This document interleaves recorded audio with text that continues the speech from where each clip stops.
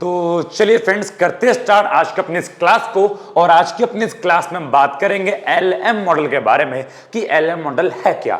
IAS model इससे पहले वाली वीडियोस में मैं कवर कर चुका हूं और आज हम पढ़ेंगे एलएम मॉडल के बारे में। तो आज की क्लास में हम लोग कवर करेंगे कि एलएम कर्व क्या होता है, मनी मार्केट इक्विलिब्रियम क्या है, एलएम कर्व का डेरिवेशन कैसे हुआ और एलएम कर्व इधर और उधर कब खिसकेगा, उसमें शिफ्ट कैसे होगा। ठीक है, तो चलिए बात करते हैं एलएम मॉडल की या एलएम कर्व की कि एलएम कर्व है क्या। अब मैं आपको पूरा पढ़ा दूंगा ना, तो बस पता है क्या होगा कि रीडिंग करवा दी मैंने और समझाया नहीं कि एलएम कर्व क्या होता है। ठीक है, वैसे अगर मैं सिंपल से मीनिंग बोलूं तो एलएम कर्व एक कर्व है जो शो करता है आउटपुट माने क्या, देश का जीडीपी, देश की इनकम और रेट ऑफ इंटरेस्ट के बीच एक पॉजिटिव रिलेशन। आपको पता है कोई कर्व ऊपर जाएगा वो शो करता है पॉजिटिव रिलेशन। मतलब मेरे कहने का ये है कि अगर रेट ऑफ इंटरेस्ट बढ़ेगा तो देश की जीडीपी बढ़ेगी। ऐसा कौन शो करता है? LM curve. जबकि पिछली क्लास में आईएस कर्व क्या था? आईएस कर्व भी रेट ऑफ इंटरेस्ट और आउटपुट के बीच एक संबंध शो करता है, लेकिन वो नेगेटिव संबंध शो करता है। आईएस कर्व बताता है कि अगर रेट ऑफ इंटरेस्ट बढ़ेगा तो आपका आउटपुट घटेगा, उसका स्लोप डाउनवर्ड था। और एलएम कर्व बताएगा कि रेट ऑफ इंटरेस्ट बढ़ेगा तो इनकम बढ़ेगा, इसका स्लोप अपवर्ड है। तो आइए हम एलएम कर्व को सीखेंगे, ऐसा क्यों। तो ये सारी बातें वही लिखी है कि इंटरेस्ट के बढ़ने पे इनकम बढ़ेगी, ऐसा एलएम कर्व शो करता है। लेकिन शो करता कैसे है, पहले उसको जानेंगे फिर इसकी रीडिंग करेंगे। ठीक है, तो जरा मेरी बात को सुनो बेटा। एलएम कर्व में जो एल का मतलब होता है, एल का मतलब होता है लिक्विडिटी या डिमांड फॉर मनी, और एम का मतलब होता है मनी सप्लाई। इट मींस जो आपका एलएम कर्व है वो दो चीज पे डिपेंड करता है। एक तो demand for money, demand for money को हम एमडी भी कहते हैं और डिमांड फॉर मनी को हम लोग एल भी कहते हैं। और सप्लाई ऑफ मनी पे डिपेंड करता है, इसको हम लोग एमएस भी कहते हैं। ये यहां पे देखो आप, हम सिंपल इसको एम भी कहते हैं। तो याद रखना एलएम मॉडल के अंदर एल का मतलब डिमांड फॉर मनी से है, या फिर आप इसको लिक्विडिटी प्रेफरेंस भी बोल सकते हो, और एम का मतलब मनी सप्लाई से है। तो भाई एलएम कर्व पढ़ने से पहले मैं आपको मनी फॉर डिमांड पढ़ाना चाहूंगा, मैं आपको सप्लाई ऑफ मनी पढ़ाना चाहूंगा, इनका मनी मार्केट इक्विलिब्रियम पढ़ाना चाहूंगा, और तब जाके मैं एलएम कर्व पे आऊंगा। अगर किसी बच्चे को already money demand, money supply और इनका इक्विलिब्रियम के बारे में पता है तो भाई वो वीडियो को स्किप कर सकता है, सीधे एलएम कर्व के डेरिवेशन पे आगे की ओर बढ़ सकता है। लेकिन आपको पता है कि भाई मैं तो बिल्कुल बेसिक से पढ़ाऊंगा, तो मैं पहले मनी डिमांड, मनी सप्लाई, इनका इक्विलिब्रियम पढ़ाऊंगा, फिर मैं एलएम कर्व के डेरिवेशन पे आऊंगा। इससे क्या होगा, बिल्कुल आपको लाइन बाय लाइन, मतलब बिल्कुल आपको बेसिक सी, बिल्कुल आपको पॉइंट टू पॉइंट की नॉलेज मिलेगी और आप एलएम कर्व में एकदम परफेक्ट हो जाएंगे। ठीक है, तो भाई आइए बात करते हैं डिमांड फॉर मनी के बारे में। तो यहां पे पहले डिमांड फॉर मनी की बात करेंगे। ये होता क्या है, आइए इसको अपन लोग अपने ही बोर्ड पे समझते हैं। तो जरा मेरे साथ समझने का ट्राई करेंगे मनी डिमांड के बारे में, या आप उसको डिमांड फॉर मनी भी बोल सकते हैं।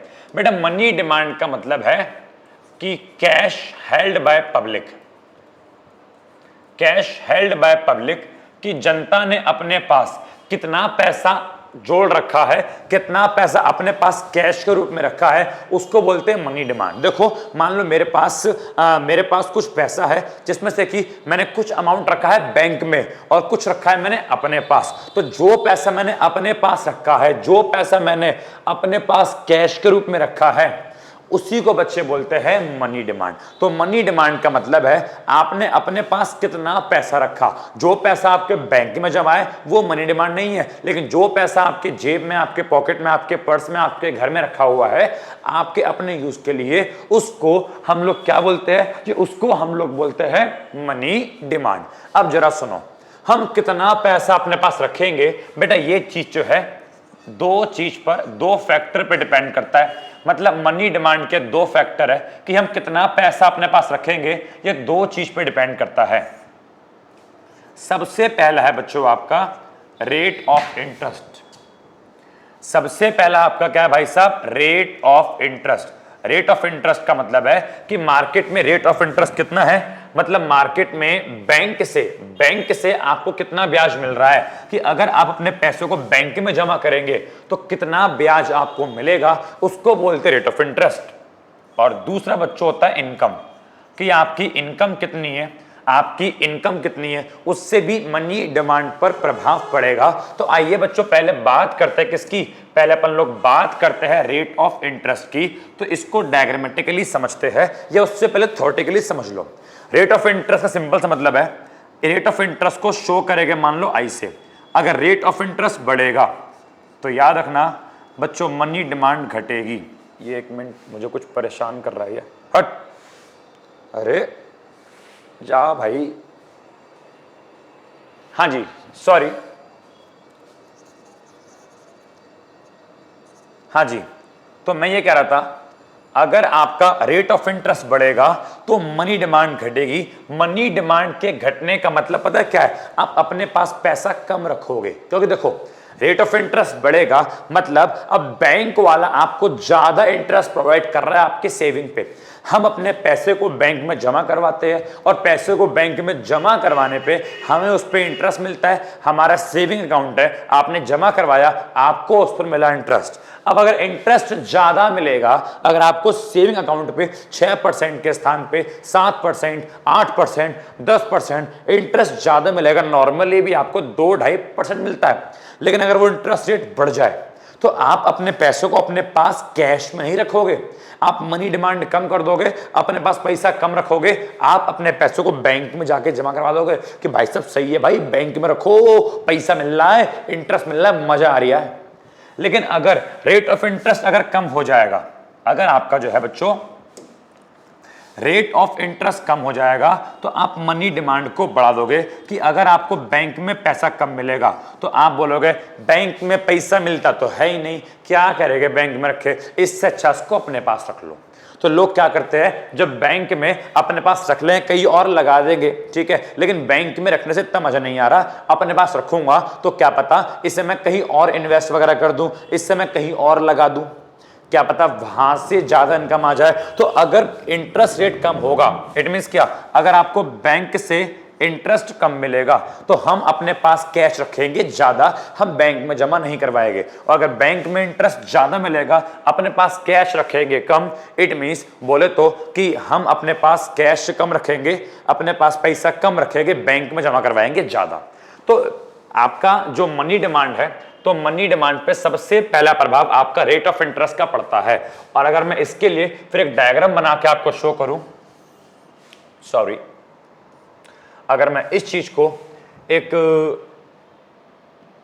डायग्राम के थ्रू शो करूं तो जरा समझने का प्रयास करना, ठीक है।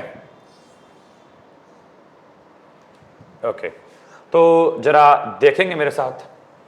यहां पे लिखा मान लो मैंने क्वांटिटी ऑफ मनी, कि आप मतलब मनी डिमांड कि आप कितना पैसा अपने पास रखोगे, और यहां पे लिखा मैंने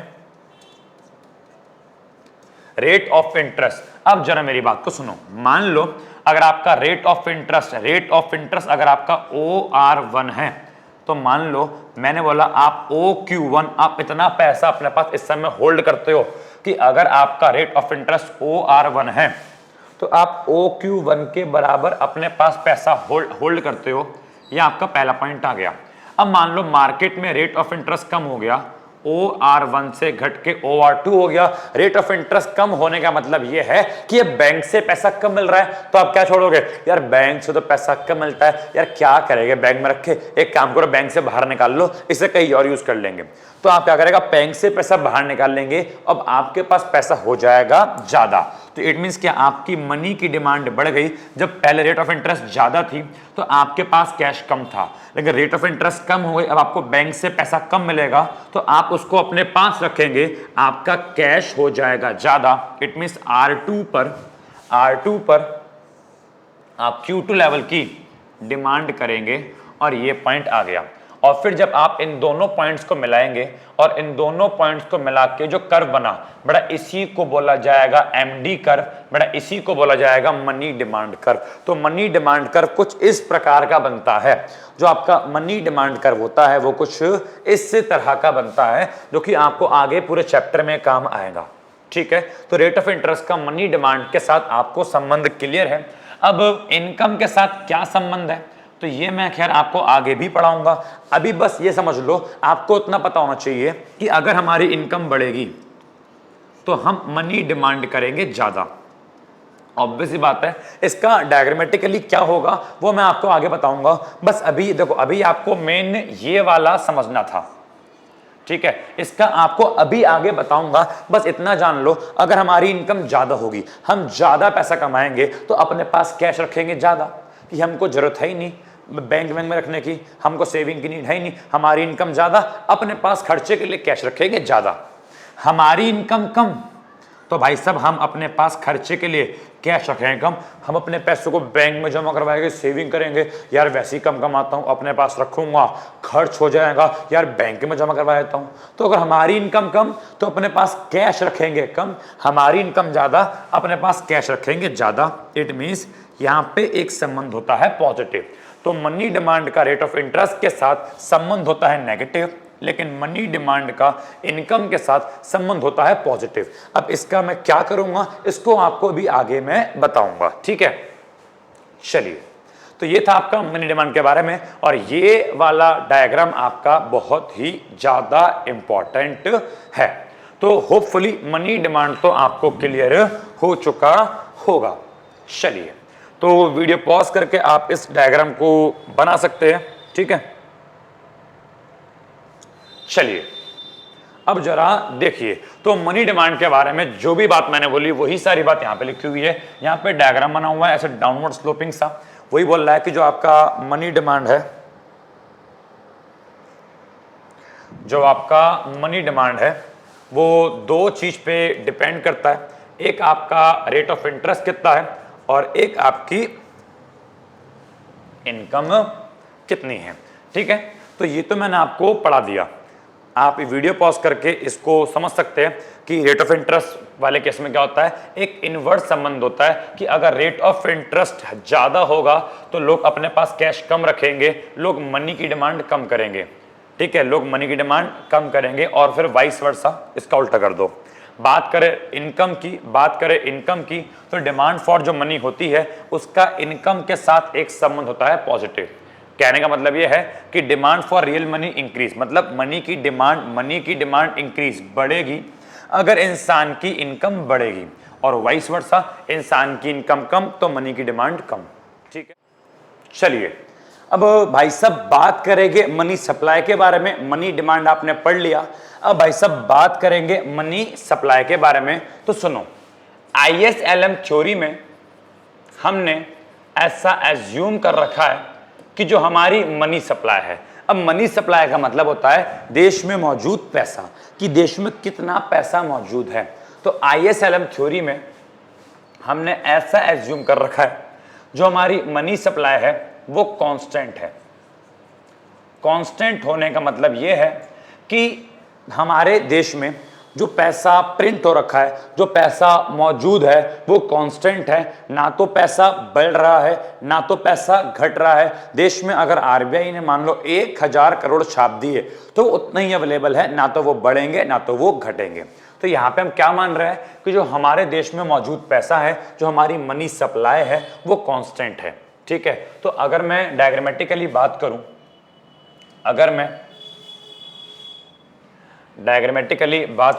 तो यहां पे वो लिखूंगा quantity of money. Quantity of money का मतलब ये है पैसा कितना है, और यहां पे लिखा मैंने रेट ऑफ इंटरेस्ट।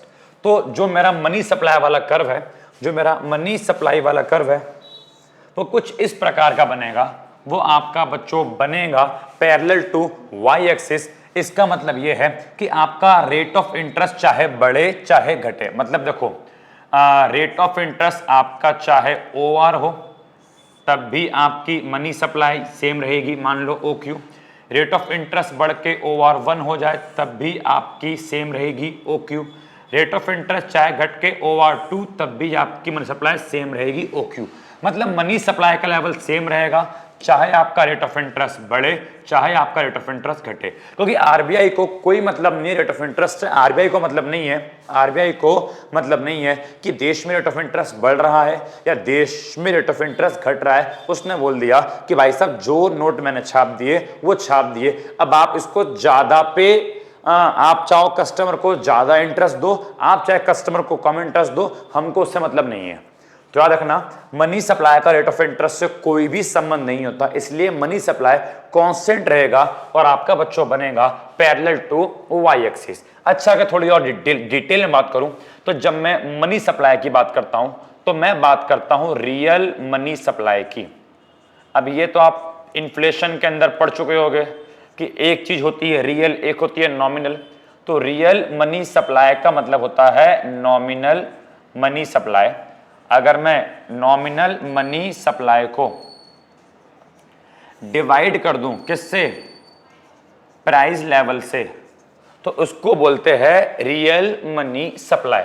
इसका मतलब क्या, अगर मैं एग्जांपल से बताऊं तो एग्जांपल के तौर पे देखो, मान लो हमारे देश में आरबीआई ने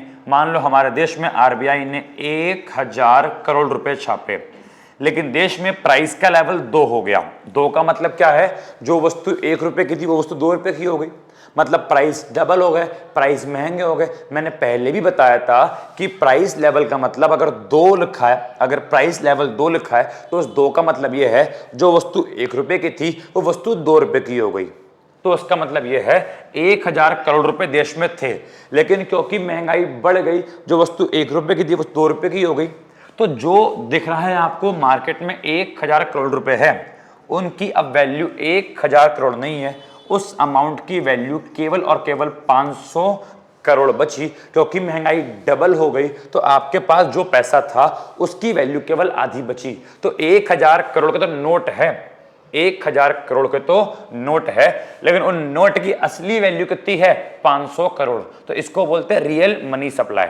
तो रियल मनी सप्लाई का फॉर्मूला क्या होता है, नॉमिनल मनी सप्लाई अपॉन में प्राइस लेवल, अपॉन में प्राइस लेवल। तो याद रखना, मैं इसको ऐसे भी शो कर सकता हूं कि एमएस, एमएस का मतलब मनी सप्लाई, एमएस का मतलब मनी सप्लाई का फॉर्मूला क्या है, तो उसका फॉर्मूला है M nominal money supply upon में पी प्राइस लेवल। तो मनी सप्लाई का फॉर्मूला बनता है M S is equal to M upon में पी। एम एस मतलब real money supply is equal to M माने नॉमिनल अपॉन में पी माने प्राइस। अब क्योंकि यहाँ पे कांस्टेंट है, यहाँ पे हमारी मनी सप्लाई कांस्टेंट है, तो मैंने एम के ऊपर एक बार लगा दिया, पी के ऊपर एक बार लगा दिया। याद रखना, अगर मैं इकोनॉमिक्स में किसी भी चीज के ऊपर बार लगाता हूं तो उसका मतलब मैं ऐसा मान रहा हूं वो चीज कांस्टेंट है। तो यहाँ पर अगर मेरी पूरी की पूरी मनी सप्लाई मुझे कांस्टेंट रखनी है तो मतलब नॉमिनल मनी सप्लाई भी कांस्टेंट होगी, तो इसके ऊपर भी बार, और प्राइस लेवल भी कांस्टेंट, तो उसके ऊपर भी बार।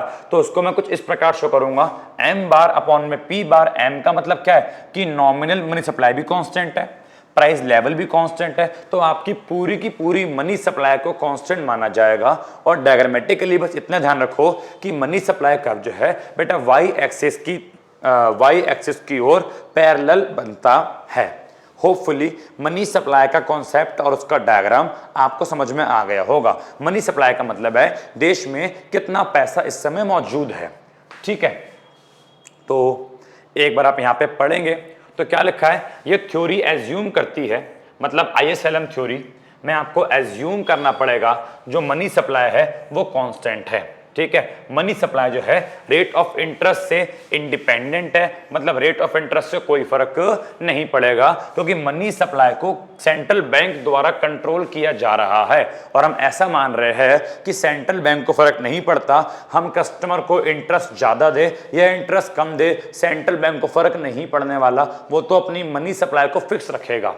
आगे बोलता है मनी सप्लाई को सेंट्रल बैंक द्वारा तय किया जाता है, और सेंट्रल बैंक जो मनी सप्लाई बताता है वो कौन सी होती है, नॉमिनल। वो कौन सी होती है, नॉमिनल। मतलब सेंट्रल बैंक ने जो मनी सप्लाई बताई वो कितनी है, नॉमिनल। हमने इतने के नोट छापे, लेकिन अगर हमको रियल मनी सप्लाई कि जितने नोट छपे एक्चुअल में उनकी वैल्यू कितनी है उसको पता लगाना हो तो फॉर्मूला क्या है, नॉमिनल मनी सप्लाई, जितने नोट छापे उसको डिवाइड कर दो प्राइस लेवल से तो आपको रियल मनी सप्लाई मिल जाएगी। एग्जाम्पल के तौर पे सेंट्रल बैंक ने 1000 करोड़ के नोट छापे, लेकिन प्राइस लेवल 2 हो गया, 1 रुपए की वस्तु 2 रुपए की हो गई, तो उसका मतलब जो वैल्यू बची, इसका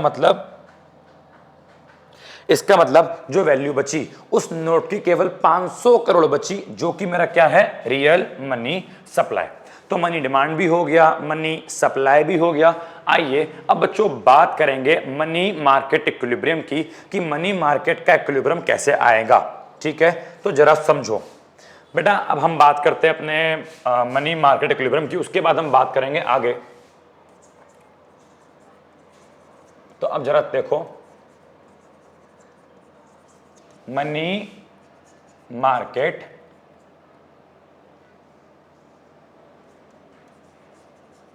इक्विलिब्रियम की बात करते हैं कि मनी मार्केट में इक्विलिब्रियम कैसे आएगा।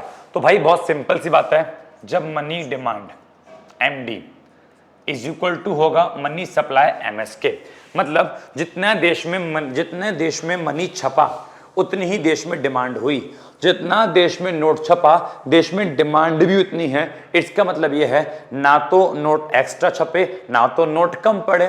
तो जब money demand is equal to क्या हो, मनी सप्लाई के, उसको बच्चे बोलते हैं मनी मार्केट इक्विलिब्रियम। अगर आप इसको डायग्रामेटिकली देखना चाहते हो तो जरा बात को समझने का ट्राई करना। Wait a minute.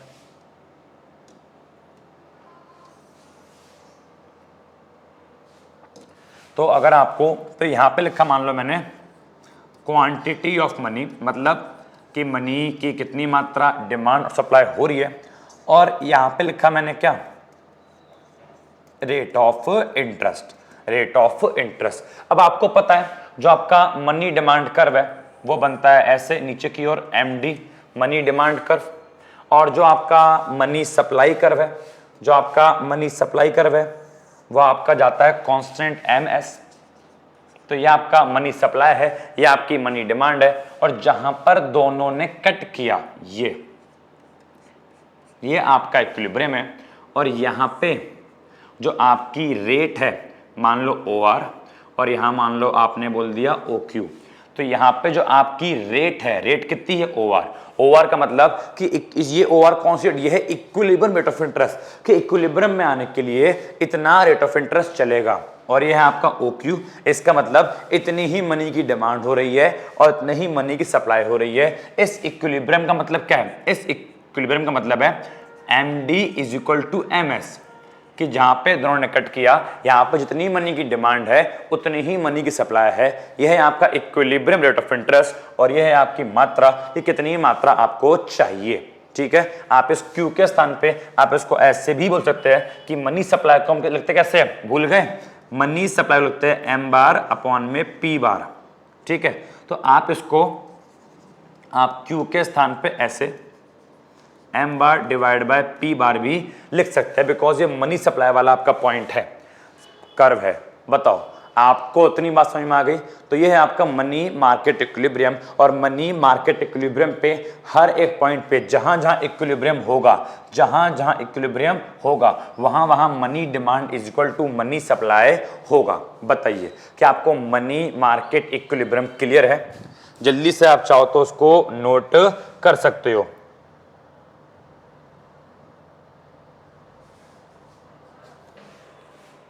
चलिए अब जरा देखो, तो वही वाली बात यहां पे लिखी है कि मनी मार्केट में इक्विलिब्रियम उस पॉइंट पे डिसाइड होता है जहां पे supply of money is equal to क्या हो, डिमांड फॉर मनी के, कि जहां पे मनी की डिमांड और मनी की सप्लाई एक दूसरे के बराबर आएगी। यहां पे ये उसको क्या बोलूंगा, उसको बोलूंगा मनी मार्केट इक्विलिब्रियम। बताइए इतनी बात आपको क्लियर है? जल्दी से आप चाहो तो उसको नोट कर सकते हो। चलिए भाई साहब, तो अब हम उस टॉपिक पे आ गए हैं जिसका आपको बड़ी ही बेसब्री से इंतजार था कि भैया जी एलएम कर्व का डेरिवेशन सिखा दो ना, कि एलएम कर्व को डिराइव किस प्रकार किया जाएगा। तो यहां पे है एलएम कर्व का डेरिवेशन। पेपर में अगर पूछा जाएगा तो आपको डायग्राम बना के आना पड़ेगा और इसके बारे में लिखना भी पड़ेगा। तो टेंशन ना लो, मैं आपको सिखा रहा हूं डायग्राम कैसे बनेगा और लिखना क्या है वो भी सब आपको बताया जाएगा। तो चलिए भाई साहब बात करते हैं एलएम कर्व डेरिवेशन की। लेकिन मेरी बात सुनो, आपको अगर मनी मार्केट इक्विलिब्रियम नहीं आया तो एक बार उसको दोबारा पढ़ लो, क्योंकि एलएम कर्व डेरिवेशन के लिए मनी मार्केट इक्विलिब्रियम का आना जरूरी है। मैं चाहता तो मैं बोल देता कि मनी मार्केट इक्विलिब्रियम ऐसे ऐसे होता है और मैं आगे बढ़ जाता कि आपको तो आता होगा। नहीं, मैंने पढ़ाया स्टार्टिंग से, मनी डिमांड पढ़ाया, मनी सप्लाई पढ़ाया, उनका इक्विलिब्रियम पढ़ाया ताकि आपको बिल्कुल बेसिक से समझ में आ जाए। ठीक है, तो अगर अभी नहीं समझ में आया वीडियो पॉज करके जल्दी से उसको अगेन एक बार रिवाइज कर लो। समझ में आ गया? और जिनको समझ में आ चुका है भाई साहब चलिए मेरे साथ बढ़ते हैं आगे की ओर। तो मनी मार्केट इक्विलिब्रियम वहां पे होता है जहां पे मनी सप्लाई जो कांस्टेंट होती है वो मनी डिमांड को कट करती है और मनी डिमांड आपका नेगेटिव स्लोप होता है और जहां पे कट करेंगी वो बनेगा आपका इक्विलिब्रियम और उसके सामने क्या होगी? इक्विलिब्रियम रेट ऑफ इंटरेस्ट और ये होगी आपकी क्वांटिटी ऑफ मनी। अब इसी की हेल्प से हम एलएम कर्व को ड्राइव करेंगे। और एक बात और, इसके हर एक इक्विलिब्रियम पे मतलब मनी मार्केट इक्विलिब्रियम में हर एक पॉइंट पे money demand is equal to क्या होगा? मनी सप्लाई होगा। तो चलिए अब आइए मेरे साथ डेरिवेशन ऑफ एलएम कर्व पे और जल्दी से आप भी एक कर्व एक एक्सिस ऐसे और उसी के बगल में जस्ट सेम लेवल पे उसी के साइड में सेम लेवल पे एक और एक्सिस बनाएंगे और लिखेंगे मेरे साथ। यहां पे जरा लिखो मेरे साथ क्वांटिटी ऑफ मनी और यहां पे आप लिखेंगे मेरे साथ इनकम। ठीक है, और यहां पे आपका आएगा रेट ऑफ इंटरेस्ट और यहां भी आपका आएगा बच्चों रेट ऑफ इंटरेस्ट। ठीक है, चलो तो पहले हम इसकी बात करते हैं। यहां पे बनाएंगे बच्चों मनी मार्केट इक्विलिब्रियम। तो जरा मेरी बात को समझना, ठीक है, जरा मेरी बात को समझना। ये हमारा बन गया, ये हमारा मान लीजिए, एक मिनट रुकिए मैं दोबारा बनाता हूं। ये लो, ये हमारा बन गया मनी डिमांड कर्व और यहां पे मान लो मेरी इनकम है वाई। ठीक है, मेरी इनकम वाई है, मेरी इनकम का लेवल वाई है और ये मेरा मनी डिमांड कर्व है। और यहां पे ये और यहां से मान लो ये गया मेरा मनी सप्लाई कर्व जो कि मेरा कांस्टेंट है और मनी डिमांड कर्व ने मनी सप्लाई कर्व को यहाँ पे कट किया। ये है मेरा इक्विलिब्रियम और जरा समझने का प्रयास करेंगे मेरे साथ। यहाँ पे ये है मेरा रेट ऑफ इंटरेस्ट OR। तो जरा मेरी बात सुनो, जब रेट ऑफ इंटरेस्ट OR है और यहाँ पे लिख दिया, चलो नीचे मैंने यहाँ पे लिख दिया M बार अपॉन में P बार, क्योंकि मेरी मनी सप्लाई कांस्टेंट है तो M बार अपॉन में P बार, मनी सप्लाई का फॉर्मूला होता है M अपॉन में P, M बार अपॉन में P बार। ठीक है, ये रेट ऑफ इंटरेस्ट है मेरा और मेरी इनकम कितनी है जी? मेरी इनकम है कितनी? Y। इनकम कितनी है? Y। रेट ऑफ इंटरेस्ट है OR। अब इस चीज को जरा यहाँ पे देखो, इस चीज को जरा यहाँ पे देखने का प्रयास करेंगे मेरे साथ। मान लीजिए मैंने बोला बताओ मेरी इनकम कितनी है? Y। मेरी इनकम कितनी है? Y। तो यहाँ पे लिखा मेरी इनकम है OY। मेरी इनकम कितनी है बच्चों? OY है, तो इनकम है मेरी Y। और जब बताओ मेरी इनकम Y है, जब मेरी इनकम का लेवल Y है तो मनी डिमांड कर्व ने मनी सप्लाई कर्व को कहां पे कट किया? इस OR पे। तो जरा ध्यान से देखो, अगर मैं इस रेट ऑफ इंटरेस्ट को देखो, यहां भी रेट ऑफ इंटरेस्ट है, यहां भी रेट ऑफ इंटरेस्ट है और यहां भी रेट ऑफ इंटरेस्ट है। अगर मैं इस रेट ऑफ इंटरेस्ट को बढ़ा बढ़ा के यहां पे ले जाऊं, कोई समस्या है क्या? नहीं। तो यहां पे आपका आ गया OR। अब जरा मेरी बात को समझने का प्रयास करेंगे। जब रेट ऑफ इंटरेस्ट OR है, जब रेट ऑफ इंटरेस्ट OR है, OR यहां भी OR, तो बताओ इनकम कितनी है? Y। इनकम कितनी है भाई साहब? Y। तो रेट ऑफ इंटरेस्ट OR है, इनकम मेरी Y है। अगर मैं इन दोनों पॉइंट्स को मिलाऊं, ये और ये, इनको मिलाऊं, तो मेरे सामने एक ये पॉइंट आ जाएगा। यस, ये पॉइंट कैसे आ गया जी? इनकम ये रखी, इनकम कितनी है y, इंटरेस्ट कितना है OR, तो OR और इनकम y, तो मेरी OY इनकम, और इनको मिला के ये पॉइंट आ गया। अब जरा मेरी बात को समझने का प्रयास करना। मैंने बोला कि मान लो देश में इनकम का लेवल बढ़ गया, मैंने बोला देश में इनकम का लेवल बढ़ गया। अब जरा बताओ, अगर देश में इनकम का लेवल बढ़ जाएगा तो मेरे मनी डिमांड पे क्या फर्क पड़ेगा? मैंने कहा था मैं इनकम वाले पॉइंट पे आऊंगा और मैं आ गया। हाँ भाई, अगर देश में इनकम का लेवल बढ़ जाएगा, इनकम ज्यादा तो मनी डिमांड ज्यादा ना। अगर इंसान के पास पैसा ज्यादा होगा तो अपने पास पैसा वो ज्यादा होल्ड करेगा। अगर इनकम ज्यादा तो मनी डिमांड ज्यादा। अगर आपको मनी डिमांड को और डिटेल में पढ़ना है तो मनी चैप्टर में मैंने मनी डिमांड के 3 मोटिव पढ़ाए थे, precautionary motive, transaction motive, speculative motive. तो वही वाली बात याद रखो, जब इंसान की इनकम बढ़ती थी तो इंसान ट्रांजैक्शन पर्पस के लिए, जब इंसान की इनकम बढ़ेगी तो अपने डेली बेस के खर्चे के लिए वो ज्यादा पैसा होल्ड करेगा। इंसान की इनकम बढ़ेगी तो प्रिकॉशनरी पर्पस के लिए, मतलब किसी घटना के लिए, किसी भी प्रकार की अनहोनी के लिए वो ज्यादा पैसा होल्ड करेगा कि कल कुछ हो ना जाए, भाई ज्यादा पैसा होल्ड कर लो। तो मैंने बताया था इंसान की इनकम ज्यादा तो अपने पास ज्यादा पैसा होल्ड करेगा ट्रांजैक्शन के लिए और प्रिकॉशन, किसी सावधानी के लिए कि कल को कुछ हो ना जाए, तो पैसा अपने पास होल्ड कर लो कि कल कुछ हो गया तो तुरंत चाहिए होगा ना पैसा। तो लोग अपने पास इसलिए भी पैसा होल्ड करते हैं, कुछ खरीदने के लिए और कुछ ही आपने प्रिकॉशंस के लिए। और प्लीज मैं ऐसा एज्यूम कर रहा हूं कि आपको ट्रांजैक्शन मोटिव और प्रिकॉशनरी मोटिव आता होगा। तो सिंपल अगर नहीं भी आता तो उतने बात माइंड में रख लो, इंसान की इनकम अगर ज्यादा होगी, इंसान अपने पास ज्यादा पैसा होल्ड करेगा। तो इंसान की इनकम ज्यादा, इंसान की मनी डिमांड ज्यादा। और सुनो, अब मैंने बताया था कि इसका कर्व कैसे बनेगा, इसका कर्व पे क्या इंपैक्ट पड़ेगा। आओ उसी बात को समझते हैं। तो बताओ, अगर इंसान की इनकम ज्यादा, अगर इंसान की इनकम ज्यादा, अगर इंसान की इनकम ज्यादा, तो इंसान मनी की डिमांड करेगा ज्यादा, जिसकी वजह से जो इंसान का जो मनी डिमांड कर्व है बेटा, वो मनी डिमांड कर्व ऊपर की ओर शिफ्ट हो जाएगा।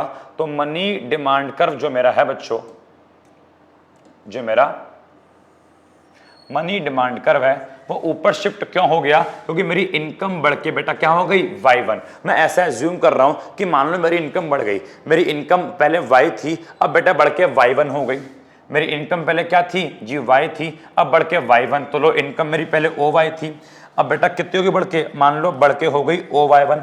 अब अगर इनकम मेरी ज्यादा हो गई तो ऐसे केस में मेरा मनी डिमांड कर्व ऊपर क्यों शिफ्ट होगा? बिकॉज इनकम ज्यादा तो मनी की डिमांड ज्यादा। इनकम मेरी y1 हो गई, इनकम मेरी बढ़ गई तो मनी डिमांड कर्व ऊपर शिफ्ट हो गया।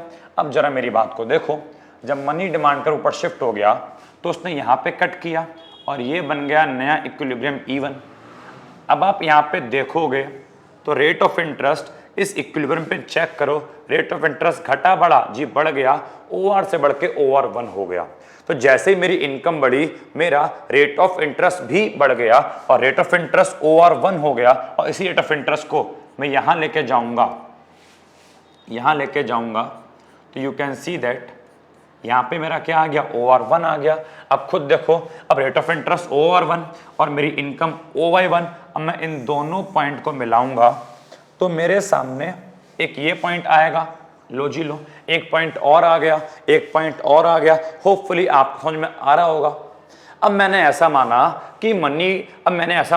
कि मेरी इनकम कम हो गई। मैंने क्या माना कि भाई साहब मेरी इनकम कम हो गई, मेरी इनकम घट के हो गई Y0, मेरी इनकम घटकर क्या हो गई? Y0। अब जब इंसान की इनकम कम हो जाएगी तो अब इंसान मनी की डिमांड भी कम करेगा। जब पैसा कम है तो अपने पास पैसा भी कम रखेगा। तो मनी डिमांड कर्व नीचे की इस बार क्या होगा? इस बार यहां से नीचे की ओर शिफ्ट होगा। तो इनकम कम तो मनी डिमांड कर्व नीचे शिफ्ट हो गया MD, जहां पे आपकी इनकम इस बार क्या हो गई? Y0। मनी डिमांड कर्व थोड़ा अच्छा नहीं बनाना, तो जो आपका मनी डिमांड कर्व है वो नीचे की ओर शिफ्ट होगा और आपकी इनकम क्या हो गई इस बार? Y0। आपकी इनकम कम तो मनी की डिमांड कम। अब इस मनी डिमांड कर्व ने सप्लाई कर्व को यहां पे कट किया। Supply curve, money demand curve, ये आपका आ गया नया इक्विलिब्रियम E0।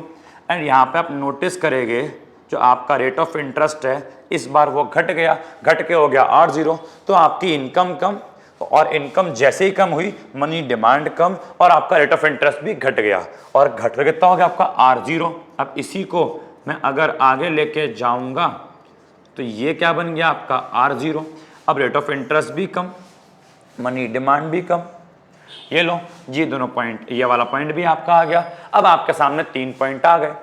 अब आप जब इन तीनों पॉइंट्स को मिलाएंगे, आप बच्चे जब इन तीनों पॉइंट्स को मिलाएंगे और इन तीनों पॉइंट्स को मिला के जो कर्व आपके सामने आएगा, ये वेट अ मिनट, इन तीनों पॉइंट्स को मिला के जो कर्व आपके सामने आएगा बेटा उसी को LM कर्व कहा जाएगा। यस, ये तो ये जो आपका कर्व बन रहा है इन तीनों पॉइंट्स को मिला के, इसी कर्व को क्या बोलेंगे जी, इसी कर्व को LM कर्व कहा जाएगा। इसी कर्व को LM कर्व कहा जाएगा जो कि शो कर रहा है, जो कि शो कर रहा है कि रेट ऑफ इंटरेस्ट के साथ संबंध पॉजिटिव है, कि रेट ऑफ इंटरेस्ट अगर बढ़ेगी तो इनकम बढ़ेगी, रेट ऑफ इंटरेस्ट अगर और बढ़ेगी तो आपकी इनकम और बढ़ेगी, और वही बात रेट ऑफ इंटरेस्ट अगर कम तो आपकी इनकम कम। अब जरा मेरी बात सुनो बहुत ध्यान से, बताओ मनी मार्केट इक्विलिब्रियम का हर एक पॉइंट शो करता है, हर एक पॉइंट शो करता है money demand is equal to money supply, तो यहां भी शो कर रहा है। इस इक्विलिब्रियम का मतलब क्या है, अगर लिखा है ई, इस ई का मतलब जितनी मनी डिमांड थी यहाँ पे उतनी मनी सप्लाई थी, और यही पॉइंट मेरा गया आगे आगे आगे आगे आगे, इट मीन्स क्या, ये वाला पॉइंट शो कर रहा है MD is equal to MS, जितनी मनी डिमांड थी उतनी मनी सप्लाई थी। उसके बाद अगेन इक्विलिब्रियम, यहां भी क्या होगा, अगर इक्विलिब्रियम है तो यहां भी क्या होगा, money demand is equal to money supply, और इसी पॉइंट को मैं गया गया गया तो यहां भी क्या होगा आपका, यहां भी क्या होगा आपका money demand is equal to money supply, और फिर सेम यहां भी क्या होगा आपका money demand is equal to money supply. तो मतलब मैं कहना चाह रहा हूं LM कर्व दो बात शो करता है। पहली बात ये शो करता है जैसे जैसे रेट ऑफ इंटरेस्ट बढ़ेगा वैसे वैसे इनकम बढ़ेगी, और दूसरी बात ये शो करता है कि LM कर्व के हर एक पॉइंट पे, LM कर्व के हर एक पॉइंट पे money demand is equal to money supply होगा, money demand is equal to money supply. आप इसको ऐसे भी बोल सकते हो, मनी डिमांड माने L, सप्लाई माने M, L is equal to M, L is equal to M, L is equal to M। तो LM कर्व का हर एक पॉइंट शो करता है L बराबर M, मनी डिमांड बराबर मनी सप्लाई। कुछ इस प्रकार का आपका डेरिवेशन होता है LM कर्व का। होपफुली आपको समझ में आ गया होगा। जल्दी से वीडियो पॉज करके इसको नोट कर लीजिए। चलिए जी, नोट कर लिया। तो यहां पे आपका LM कर्व डेरिवेशन हो गया, और पेपर में भी आपको इसी प्रकार से कर्व बना के आना है और उसके बारे में लिखना है, स्टेप लिखने हैं कि डेरिवेशन किस प्रकार किया गया। मैंने बताया था आपको नोट्स मेरे चैनल पे या मुझसे कांटेक्ट करोगे आपको उसके नोट्स मिल जाएंगे, और किस तरीके से आपको आंसर लिखना है वो भी आपको समझ में आ जाएगा। ठीक है जी, चलिए अब जरा एक बार हम अपने फर्स्ट पेज पे वापसी आते हैं जहां पे हमारा LM कर्व का प्रॉपर मीनिंग था। अब आपको LM कर्व का प्रॉपर मीनिंग समझ में आ जाएगा। देखो मेरी वीडियोस भले ही थोड़ी लंबी होती है, लेकिन मेरी वीडियोस में आपको हर एक डिटेल चलती है पता। ऐसा नहीं है कि मैंने कोई भी टॉपिक स्किप कर दिया हो या मैं जल्दी में उसको समझा दिया हो। आराम से समझाऊंगा, लेकिन डिटेल में समझाऊंगा। मेरा पर्पस यहाँ पे व्यूज को बटोरना नहीं है। मेरा पर्पस ये कि अगर मेरे पास 100 व्यूज भी आ रहे हैं तो उसका मतलब ये है मेरे पास 100 बच्चे पढ़ रहे हैं, और इसका मतलब ये है कि 100 बच्चों को मैं डिटेल नॉलेज दे पा रहा हूं। मैं ऊपर ऊपर से पढ़ाने वाला यूट्यूबर या टीचर, ये कुछ भी कह लो, नहीं हूं। मेरे को चीज़ों को बिल्कुल ही अच्छे से डिटेल में पढ़ाना पसंद है, ताकि कल को आप इस टॉपिक के ऊपर कहीं भी बात करो तो आप बिल्कुल भी घबराओ नहीं, बिकॉज आपको हर एक चीज़ इसके बारे में पता है। ठीक है, तो LM कर्व का डेरिवेशन अगर आप अदर यूट्यूब चैनल्स पे देखोगे तो 5-5 मिनट में, 10-10 मिनट में डेरिवेशन क्लियर कर दिया। लेकिन वही वाली बात है, फिर आपको ऊपर ऊपर से आएगा, आपको डिटेल में नहीं आएगा। यहाँ पे मैंने आपको हर एक बात बताई है। LM कर्व होता क्या है, मनी डिमांड क्या है, मनी सप्लाई क्या है, उनका इक्विलिब्रियम कैसे होता है, फिर उससे डेरिवेशन कैसे होगा, हर एक बात मैंने आपको तरीके से समझाई है। ठीक है, देखते हैं LM मॉडल के बारे में क्या लिखा है यहाँ पे। तो बोलते हैं LM curve is a set of all those point which show interest rate and equilibrium level of income. पहली बात, एलएम कर्व उन सभी पॉइंट से मिलकर बना है जो इंटरेस्ट रेट के बारे में और आपके इक्विलिब्रियम लेवल ऑफ इनकम के बारे में शो करते हैं। आप ध्यान से देखेंगे तो यहाँ पे आपका रेट ऑफ इंटरेस्ट ही तो है और आपका इनकम का लेवल ही तो है, तो एलएम कर्व इंटरेस्ट रेट और इनकम लेवल से बन के मिलता है। उसके बाद बोलता है it's slope is positive. LM curve का स्लोप पॉजिटिव है, ऊपर की ओर है, मतलब ये शो करता है increase in interest rate which will cause increase in equilibrium level of income, कि अगर आपकी इनकम का लेवल बढ़ेगा तो इंटरेस्ट रेट बढ़ेगा। इट मींस क्या, जब आपका एक चीज बढ़ेगी दूसरी भी बढ़ेगी, एक चीज घटेगी दूसरी भी घटेगी। यह एक प्रकार का पॉजिटिव संबंध शो करता है इंटरेस्ट रेट और इनकम के बीच। इन अदर वर्ड्स, अन्य शब्दों में, it shows the relationship between the rate of interest and level of GDP. ये एक ऐसा संबंध शो करता है रेट ऑफ इंटरेस्ट और जीडीपी के बीच में, जहां पर demand of money is equal to the supply of money. वही वाली बात मैंने बोली कि यहां पे एलएम कर्व में इंटरेस्ट रेट और आउटपुट में एक ऐसा संबंध है कि इसका हर एक पॉइंट आपको यही शो करेगा कि मनी की डिमांड इज इक्वल टू क्या है, मनी की सप्लाई। जितनी आप डिमांड करोगे उतनी आप सप्लाई करोगे, हर एक पॉइंट इसका यही शो करता है। और फिर डिमांड फॉर मनी पे बेस्ड है, सप्लाई ऑफ मनी पर बेस्ड है। ये सारी बातें आपको मैंने बता दी। तो एलएम मॉडल होता क्या है, मनी मार्केट इक्विलिब्रियम क्या है, और तो और आपका एलएम कर्व का डेरिवेशन कैसे होता है मैंने एकदम अच्छे से एक्सप्लेन कर दिया। इसके अगले पार्ट में, अगली वीडियो में मैं आपको ये एक्सप्लेन करूंगा कि एलएम कर्व में शिफ्ट कैसे होता है, एलएम कर्व आपका राइट और लेफ्ट में शिफ्ट कैसे होगा। समझ में आ गया? तो अगर आपको वीडियो पसंद आई हो तो जिसको भी इस वीडियो की नीड है, आपके फ्रेंड को, आपके कॉलेज में कहीं भी, इस वीडियो को जरूर शेयर कीजिएगा। ठीक है।